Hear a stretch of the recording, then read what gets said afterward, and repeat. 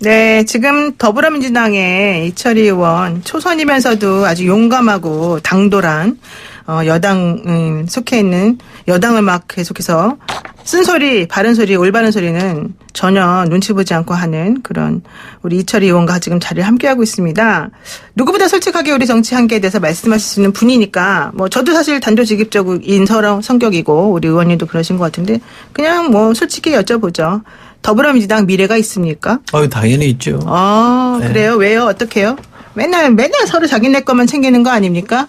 그건 이제 모든 정당이 고민해야 될 사안이고요. 네. 저는 민주당에 대한 애정이 상당히 큽니다. 왜요? 왜? 제가 지난 총선 때도 민주당을 선택하게 된 것은 뭐 이러저러한 인연을 따지면 다른 당에서 그런 제안이 있었습니다만 민주당을 선택한 거는 그만큼 민주당에 대한 애정이 깊어서 그런 것인데. 그렇죠. 그렇다고 해서 민주당이 하는 일이 다 옳다 이렇게 드리는 말씀은 아니고요. 민주당이 이른바 산전수전 다 겪은 정당이고 야당도 했고 여당도 해본 정당입니다. 그래서 일시적으로는 혼란과 혼선을 겪을 수는 있을 겁니다만 저는 궁극적으로는 바른 정당으로 잘 해나갈 거라고 저는 생각하고요. 또 지금의 이런 문제점들은 어느 정당이나 다 겪는 문제입니다. 문제는 이걸 잘 헤쳐나가느냐 못 나가느냐가 관건이거든요. 그런 점에서 저는 민주당이 그런 의지가 있다. 그리고 구성원들 사이에서도 그런 열정들이 있기 때문에 저는 잘 해나갈 거라고 봅니다. 현재 대한민국에 있는 수많은 당 중에서 어쨌든 그래도 제일 괜찮은 당은 민주당이다. 그건 저한테 물어보고 뻔한 답이 나오지 않겠습니까? 근데 제가 솔직히 여쭤보고 싶은 게 한 개가 있었어요. 뭐냐면요. 제가 이제 정치 패널이나 뭐 무슨 방송 사회 패널 많이 이런 거 하다 보면은요. 사안별로 아까 이제 말씀하셨어요. 민주당도 잘할 때가 있고 못할 때가 있다. 사안별로 그 A당에서 주장하는 내용이 맞을 때도 있고 B당에서 주장하는 게 맞을 때도 있는데 사실은 A당을 주장하는 사람들은 무조건 A당 편만 들어줘야지 이게 되는 것처럼 얘기를 하고 또 B당 사람들 무조건 B당 편만 드는 거예요. 서로 간에 상대방을 인정하지 않고. 근데 제가 아무리 봐도 이 상황에서 옳은 거는 내가 A당 사람이지만 B당의 말이 맞다. 이렇게 말하면 적어도 그래도 끝까지 우기거나 좀 하지는 말고 적어도 그 주제가 무엇을 뜻하는 건지를 설명을 하고 그것이 갖는 의미에 대해서 좀 생각해 볼 수 있는 시간을 가진 다음에 뭔가 하는 게 맞지 않을까 생각을 했는데요. 그러면 욕먹더라고요. 그러면 너는 도대체가 박쥐냐, 너는 애가 왜 그 모양 그 꼴이냐, 막 이러면서 욕을 막 바가지로 얻어먹어요. 그래서 이상하다. 사람들이 왜 정상적으로 생각하면 그게 맞는지 안 맞는지 알 텐데 왜 저렇게 바보가 될까? 그 생각을 솔직히 개인적으로 했었거든요. 의원님은 어떤 그렇게 생각해 본 적 있으세요? 너무 속상해하지 마시고요. 아니, 저렇게 속상하지 않는 일반적으로 여쭤보는 건데. 지지층들은 어느 정도이나 지지층들은 그 당에 대한 애정 때문에 이 당이 잘못하고 있다는 얘기 하기를 싫어합니다. 그러니까 잘못한 걸 알아도 그렇습니까? 근데 모를 수도 있고 알 수도 있는데요. 그거는 일관된 태도로 보이는 거는 전 세계 어느 나라 정당의 지지자들도 다 똑같습니다. 그걸 탓할 일은 아니고요.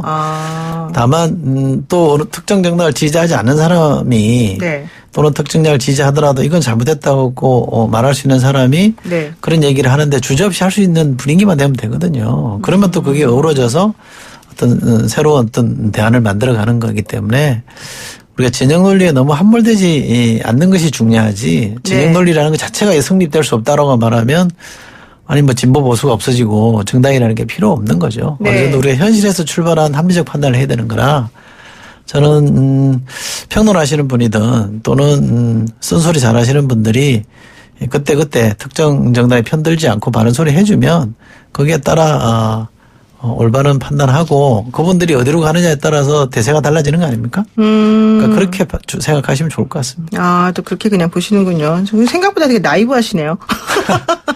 여기는 공격하러 오는 게 아니니까 솔직한 심정을 말하는 거니까. 아니 저를 공격하러 부르신 것 같아요. 아니요 전혀 아니에요. 저는 근데 진짜 평상시에 궁금한 걸 여쭤보는 거예요. 사실 저는 이철희 의원하고 개인적으로 만난 거 오늘 처음이어가지고 제가 잘 모르기도 하고 여쭤보려고 하는 겁니다. 자, 좋습니다. 지금 이제 누구보다 솔직하게 우리 정치에 대해서 얘기를 하고 계시는데요. 그렇다면은 그 민주당 쇄신과 관련해서 한번 여쭤봐야 되지 않을까 싶습니다. 쇄신은 결국 거역할 수 없는 흐름이고 이해찬 대표가 쇄신의 주체로서 리더십을 발휘해야 된다 이런 말씀도 이제 하기도 하셨습니다. 이거 무슨 말이에요? 쇄신이라는 거는 때가 되면 하는 거잖아요. 그러니까 집권 한 지가 저희가 이제 11월 금년 9월이면 이달 9일이면 네.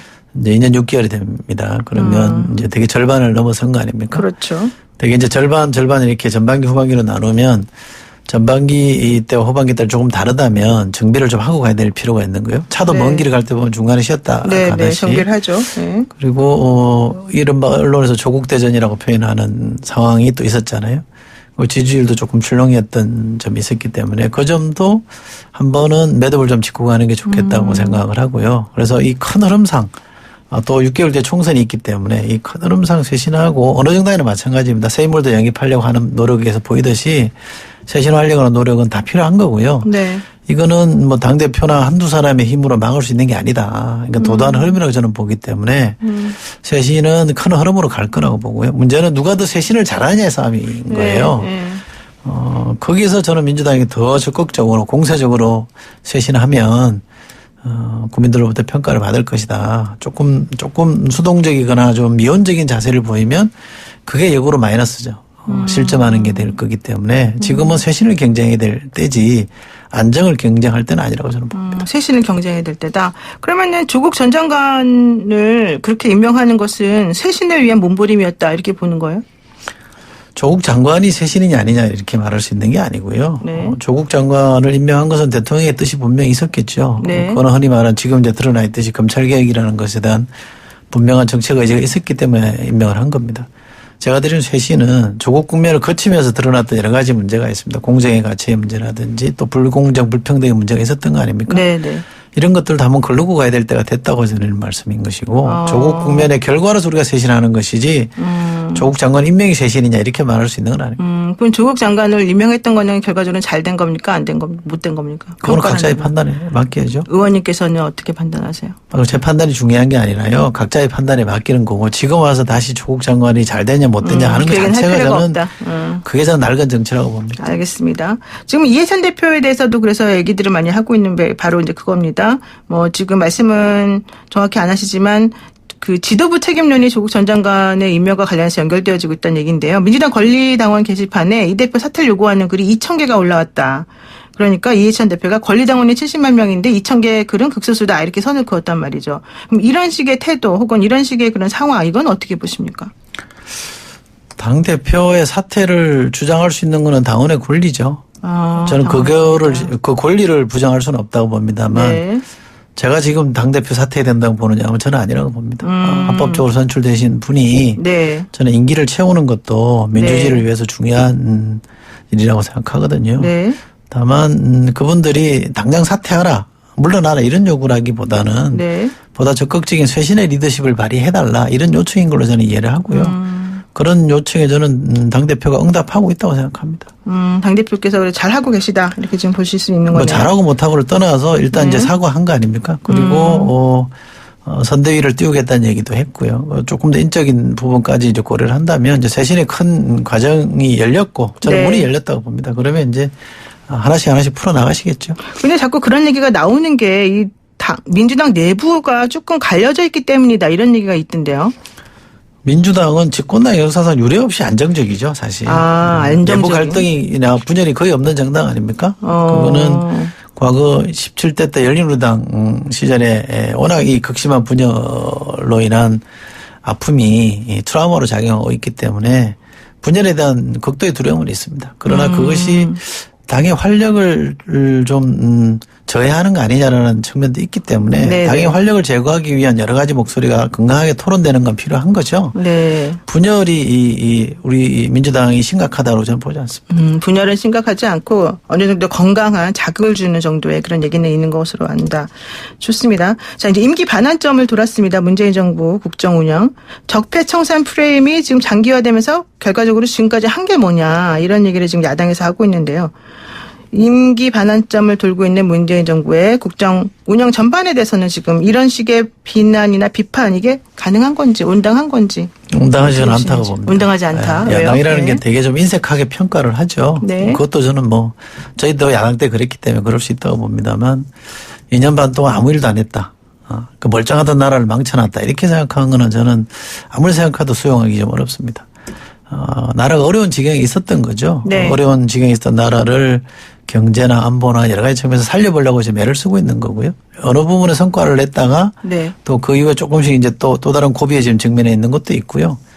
과거의 방식으로 안 통한다. 예를 들면 경제 모델도 경제 우리가 발전하는 모델도 옛날 방식으로 안 된다 그래서 새로운 해법을 쓰고 있는데 그런 새로운 해법이 100% 제대로 작동하고 있느냐. 그런 부분에 대해서 제가 또 성찰하고 고칠 건 고치고 바꿀 건 바꿔야 됩니다만 큰 틀에서 보면 저는 방향을 잘 잡고 가고 있다고 보고요. 그러나 실행이나 관리의 측면에서는 부족한 점이 있었다라고 저는 인정합니다. 아, 실행이나 관리의 측면에서요? 어떤 부분이 잘 잘못된 거예요, 그러면? 아니, 어떤 하나의 정책을 실행하면 그게 따른 부작용이나 또는 예집단들이 걸려 있기 때문에 찬반이 나올 수밖에 없는데 그런 부작용이나 이 찬반을 잘 다루고 관리하고 이른바 노이즈, 잡음을 최소화시켜야 되는데 그런 부분은 조금 소홀했던 것 같아요. 그건 더 노력을 해야 될 겁니다. 그러면은 그 문재인 정부의 경제 정책이나 이런 것들에 대해서는 어떻게 보세요? 제가 지금 그 성과 관련해 가지고 지금 다들 뭐 제대로 된 게 없다고 얘기를 하고 있지만 현실적으로는 또 내부적으로는 뭔가 바뀌고 있는데 이게 지금 선전이 잘 안 되거나 포장이 안 되는 부분이 있고 일부러 이거를 전부 다 그 평가 절하하려고 하는 태도가 있다 뭐 이런 얘기도 나오지 않습니까? 그렇죠. 경제 패러다임이 바뀌고 있는 거 아닙니까? 우리가 3만 불 시대로 접어들었는데 그 이전까지 쓰던 방법이 한계에 부딪힌 거거든요. 우리가 소득 2만 불에서 3만 불까지 오는데도 네네. 가장 오래 걸린 나라입니다. 네. 10년이 더 걸렸으니까요. 그러면 옛날 방식으로 안 된다는 거거든요. 이제 새로운 방식을 써야 되는 건데 이 새로운 방식이라는 게 검증돼서 100% 완벽한 거냐면 그건 아닌 거잖아요. 네. 그 시행착오를 어느 정도 겪을 수밖에 없는 건데 그러나 전 담대하게 새로운 방식을 밀고 나가야 된다고 보는 거고요. 그 과정에서 만약에 이 어떤 해법이라는 게요. 이랬다 저랬다는 게 가장 위험합니다. 일관되게 밀고 나가는 게 필요하고요. 그러나 이것만이 해답이다. 이게 지고지선의 진리다 이렇게 얘기할 필요는 없습니다. 야당이 지적하는 거나 전문가들이 보완해라고 하면 그건 받아들이면 되는 거거든요. 그런 열린 자세로 뭔가 정책을 추진하는 것도 중요하지만 일관성도 중요하다. 네. 그렇게 보면 새로운 패러다임으로 바꿔가고 있는 것의 과정이기 때문에 상당수의 분들이 불만도 가지고 또 일부가 불편하고 어려움을 겪는 것도 사실입니다만 저는 진통이라고 보고요. 크게 보면 저는 선방하고 있다고 봅니다. 네, 선방하고 있다. 진통이다. 과도기적인 상황이다. 이런 얘기입니다. 그러면요, 이제 조금 바꿔서 대통령 지지율하고 민주당 지지율이 상승세로 돌아섰다. 이런 지금 여론조사 결과가 어느 정도 나오고 있는 중이거든요. 이거는 어떻게 지금 보십니까, 그러면? 저야 이 추세라던가. 당에 속해 있는 사람으로서 반가운 얘기죠. 그러나 네. 지지율의 높낮이 때문에 너무 일희일비할 일은 아닌 것 같고요. 본질적으로 우리 국민이 민주당에게 던지는 질문, 의문에 대해서 저는 답을 해야 된다고 생각합니다. 그러니까 지지율 올라갔다고 해서 쇄신할 필요 없다 이렇게 생각할 일은 아니고요. 네. 또 냉정하게 말하면 이 지지율 상승이 우리가 잘해서 올라간 거냐 아니면 다른 당이 못해서 그런 거냐 반사이익이냐 네. 저는 후자 측면이 더 크다고 봅니다. 그래서 우리가 잘해서 평가받는 지지율 상승을 목표로 더 쇄신하고 더 노력해야 되는 게 그건 어차피 여당이나 어느 정당의 숙명이라고 저는 생각합니다. 그렇군요. 일희일비할 것은 아니고 우리가 이제 가려는 방향에 맞춰서 잘 가고 있느냐 이걸 먼저 잘 돌아봐야 된다. 자, 그러면요. 지금 신속 법안 처리가 지금 올라가 있는 패스트트랙 정국 국회가 이걸 어떻게 마무리해야 될까요? 규정대로 하면 되죠. 절차대로 본회의에 일정 시간이 지나면 자동 부의가 되는 것이고 네. 부의가 되면 의장이 상정할 수 있는 거거든요. 네. 그래서 이거는 합의를 강제하는 거기 때문에 여야 정당들이 머리를 서로 이제 지혜를 열어놓고 토론해서 합의점을 찾아야 되는 거죠. 그렇지 않으면 저는 법에 정해진 대로 다수결로 처리해야 된다고 봅니다. 그러면 다수결로 처리하게 되면 결과가 어떻게 될까요? 저는 평론가가 아니고요. 네, 예언자는 아니지만. 지금 당에 속해 있는 사람이기 때문에 지금은 패스트트랙 올라가 있는 법안들이 국민적 지지를 더 많이 받고 있는 거 아닙니까? 그러면 잘 되겠죠. 잘 될 것이다. 자, 마지막 질문 하나만 하겠습니다. 임기 이후의 행보 어떤 계획을 갖고 계시는가요? 어떤 분들은 청와대 들어가신다는 말이 있는데요. 맞나요? 이런 얘기 하시는 분도 있고요. 제가 아는 바는 없습니다. 그건 아니고. 그러면 앞으로 그 부분 빼놓고는 어떻게 계획하고 계시는 게 있으신가요? 특별히 이거 꼭 해야 되겠다고 정해놓고 있는 건 아니고요. 옛날부터 생각해왔던 것들을 다시 한번 이렇게 꺼내놓고 이런 거 저거 한번 해보면 좋겠다고 그냥 생각하는 정도입니다. 그렇군요. 네, 좋습니다. 오늘 말씀 여기까지 하겠습니다. 정말 귀한 시간 내주셔서 감사합니다. 고맙습니다. 네, 지금까지 더불어민주당의 이철희 의원이었습니다.